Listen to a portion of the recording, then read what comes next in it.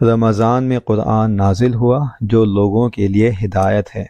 جو یہ مہینہ پائے وہ روزے رکھے۔ رمضان کا مہینہ وہ ہے جس میں قرآن نازل کیا گیا جو لوگوں کے لیے سراپا ہدایت اور ایسی روشن نشانیوں کا حامل ہے جو صحیح راستہ دکھاتی اور حق و باطل کے درمیان دو ٹوک فیصلہ کر دیتی ہیں۔ لہٰذا تم میں سے جو شخص بھی یہ مہینہ پائے وہ اس میں ضرور روزے رکھے، اور اگر کوئی شخص بیمار ہو یا سفر پر ہو تو وہ دوسرے دنوں میں اتنی ہی تعداد پوری کر لے۔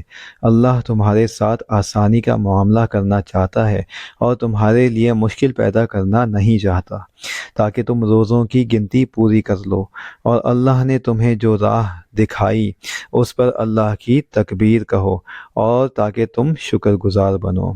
سورہ بقرہ آیت 185، آسان ترجمہ قرآن، مفتی تقی عثمانی۔